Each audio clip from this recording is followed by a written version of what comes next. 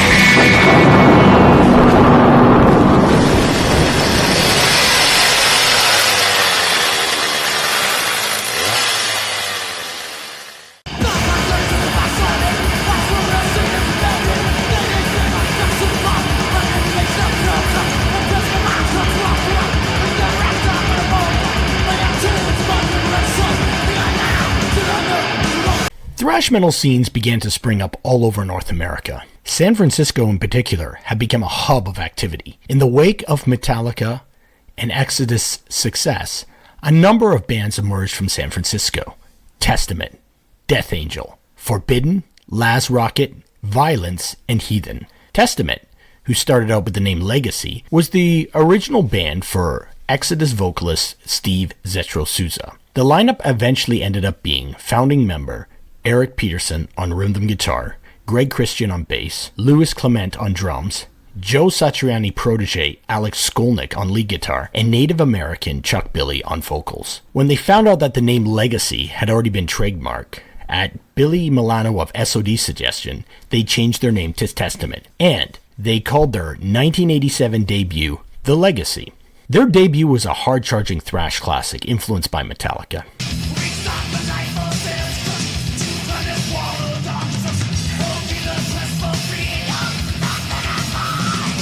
Death Angel was formed by a group of cousins of Filipino ancestry who recorded their debut album, The Ultraviolence, in 1987, when all of the members were under 20 years old and the drummer in fact was only 14. Death Angel's lead vocalist, Mark Osaquega, had a high-pitched vocals that gave a melodic edge to the band's energetic thrash metal. In the night, the circle of death, they congregate to hold a feast.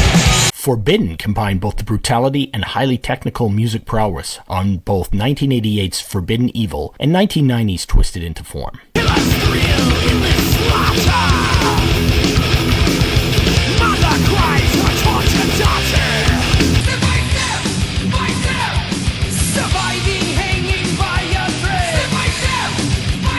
Laz Rocket started out as more of a power metal band before going full-on thrash on 1987's Know Your Enemy.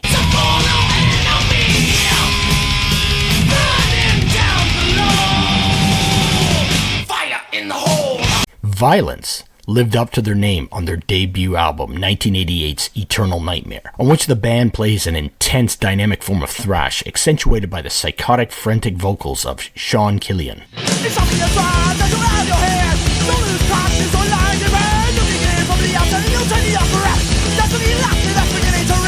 Heathen created a pivotal debut album, Breaking the Silence, that, like Forbidden, had both technicality and ferocity.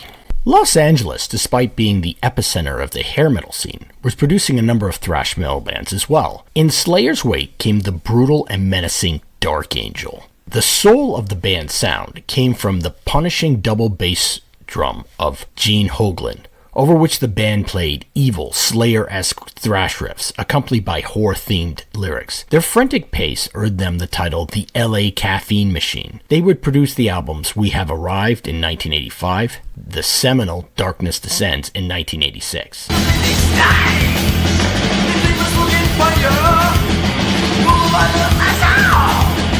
Singer Dan Doughty was replaced by Ron Reinhardt, and the band incorporated a more technical elements on 1989's Leave Scars and 1991's Time Does Not Heal. The front sticker of the latter album read 9 songs, 67 minutes, 246 riffs. Emotions are easily spent, twisted and foreign. Agent Steel was formed by former Megadeth member John Cyrus, after Mustaine kicked him out of the band because he did not like Cyrus's idea of writing songs about UFOs. Agent of Steel traversed the categories of power metal, speed metal, and thrash metal. The band released 2 albums on Combat Records and was gaining interest from Capitol Records. But Capitol backed out of the deal due to the band's numerous lineup changes and unrealistic financial demands. Worse still, their label put them on a suspension and they ended up breaking up in 1988. 2 former members of Agent Steel, Juan Garcia and Mel Sanchez, formed Evil Dead, named after the Sam Raimi film. The band's sound infused more elements of hardcore punk into a thrash metal sound and even covered Rise Above by Black Flag. Hyrax from Cypress, California was led by African-American singer Katon W. D. Penna, whose powerful falsetto vocals merged well with the band's intense thrash metal. They released Raging Violence in 1985 and Hate, Fear, and Power in 1986. DePana left and tried to form a band with Gene Hoglan and Rod McGovney called Phantasm, which released a demo but broke up soon after.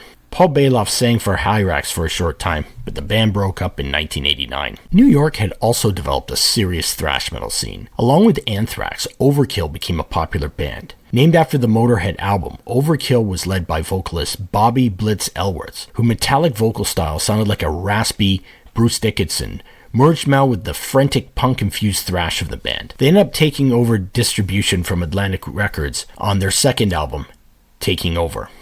Overkill maintained their sound still to this day and kept up a relentless touring schedule, earning them the moniker of the working man's thrash band.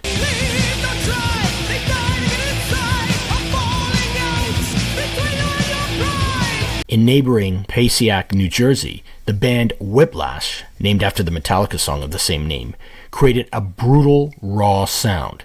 Their debut album, Power and Pain, is an incredible underground thrash classic.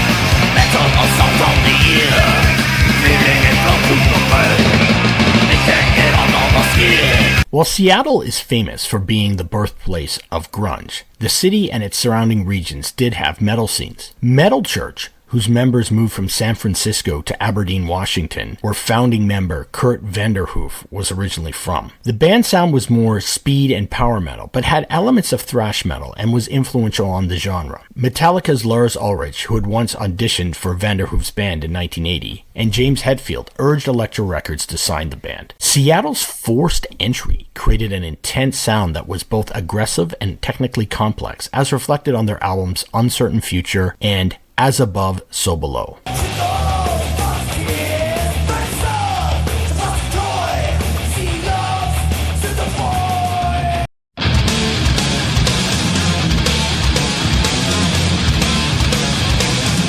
The Seattle band Sanctuary made a big impression with their debut Refuge Denied in 1988, produced by Megadeth's Dave Mustaine.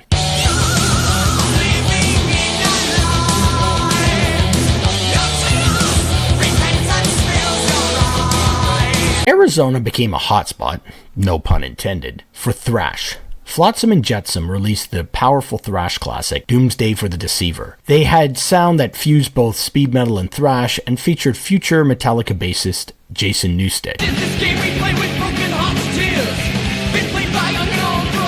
Sacred Reich's band of thrash included lyrics that dealt with U.S. foreign policy, as demonstrated on the albums Ignorance and The American Way, as well as on the EP Surf Nicaragua. Atrophy out of Tucson had a dynamic thrash sound and put out 2 solid albums, Socialized Hate and Violent by Nature.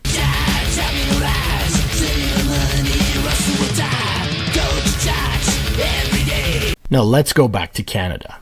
The Great White North started producing some amazing thrash bands. Razor, out of 12, started as a speed metal band, but evolved into a full-on thrash sound by the time they got to 1988's Violent Restitution.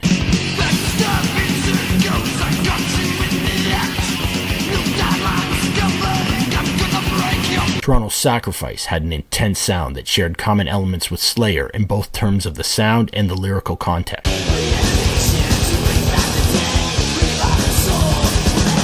Annihilator out of Ottawa, led by the guitar virtuoso Jeff Waters, created the masterpiece Alice in Hell and Never Never Neverland that focused on high-level musicianship of the members. Alice, isn't it frightening? Alice, aren't you scared? Alice, isn't it wonderful? Living life free. Jean Cher, Quebec's voivode, had a truly unique vision. They started out as a brutal thrash band, as heard on their first two albums, War and Pain and Roar.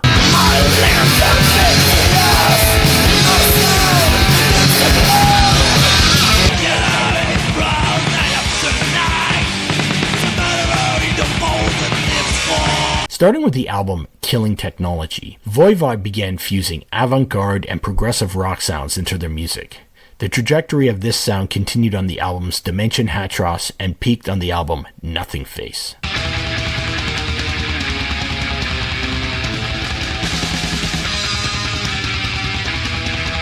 But Quebec, Canada was not the only place where thrashers were experimenting with their sounds. In Switzerland, from the ashes of the band Hellhammer formed Celtic Frost, led by Thomas Gabriel Fischer, aka Tom G. Warrior. The band released two brutal-sounding EPs, Morbid Tales and Emperor's Return.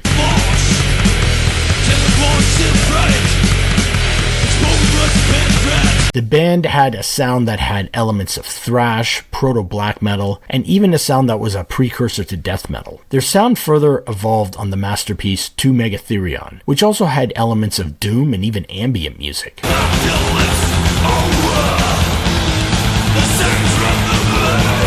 For their next album, Into the Pandemonium, the band went really experimental. The album had electronic music, classical string pieces, and even a cover of Wall of Voodoo's Mexican Radio.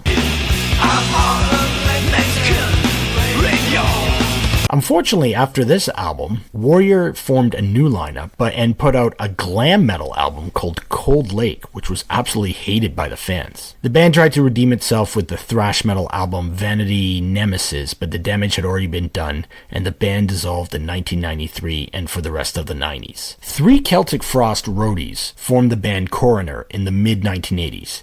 This dynamic band incorporated neoclassical and jazz fusion elements in their intense thrash metal. They produced some amazing albums: Rest in Peace, Punishment for Decadence, No More Color, and Mental Vortex, which had a cover of the Beatles song I Want You, She's So Heavy.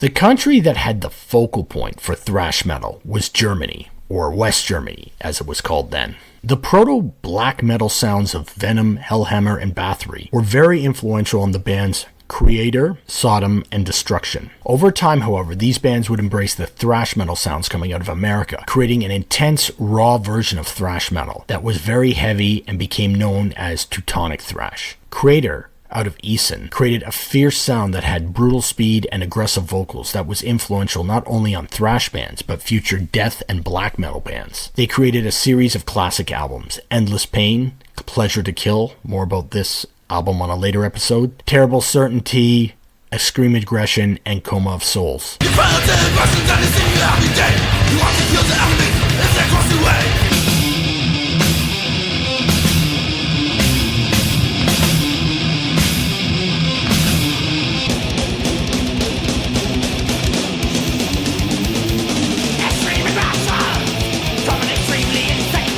Sodom, out of Gelsenkirchen, started out with a more black metal sound as well on Obsessed by Cruelty, but changed to a more thrash sound on Persecution Mania and Agent Orange.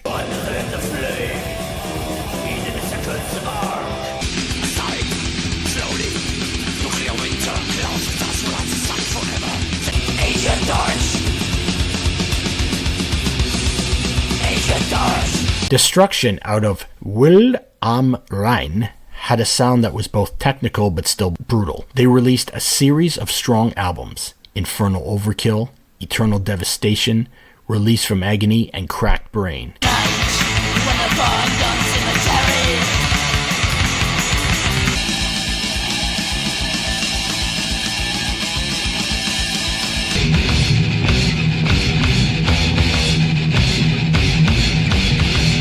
Two other important German bands from this time are Tankard and Exhumer. Tankard had a much more fun image than the blackened thrash of Creator, Sodom, and Destruction. They had lyrics that dealt with both political issues and celebrated beer drinking. Exhumer had a more American thrash-influenced sound, as demonstrated on 1986's Possessed by Fire and 1987's Rising from the Sea.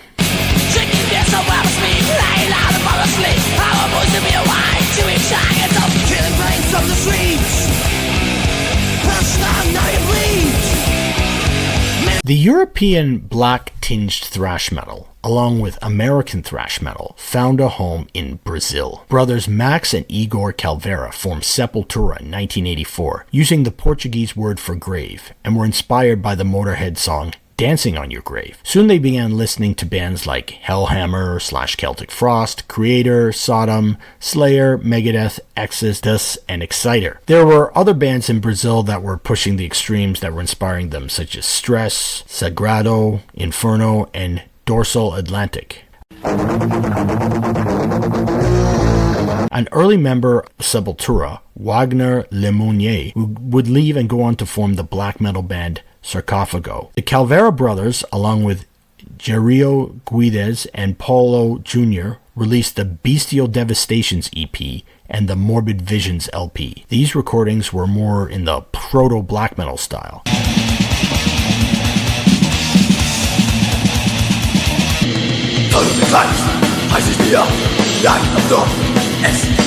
Guts was replaced by Andreas Kissinger in 1987, and the band moved into a more thrash metal sound and released the album Schizophrenia in the same year. Sepultura would sign with Roadrunner Records and released 3 classic thrash albums: Beneath the Remains, Arise, and Chaos AD.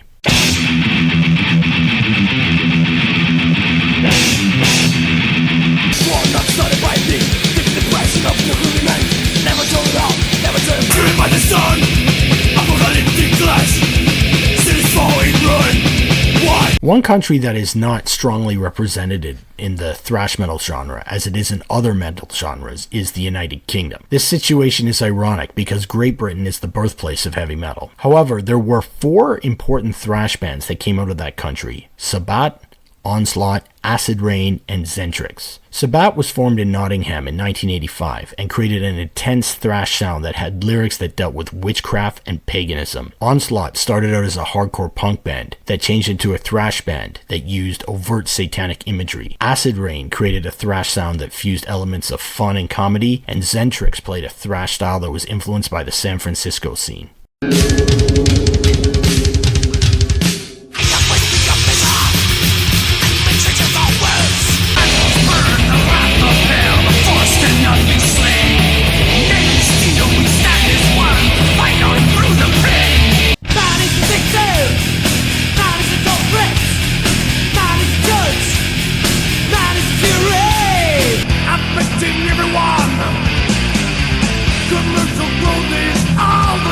Over in Britain's former colony, Australia, a band named Mortal Sin started to gain a serious following. They played an intense form of thrash metal, heavily influenced by bands like Exodus and Testament.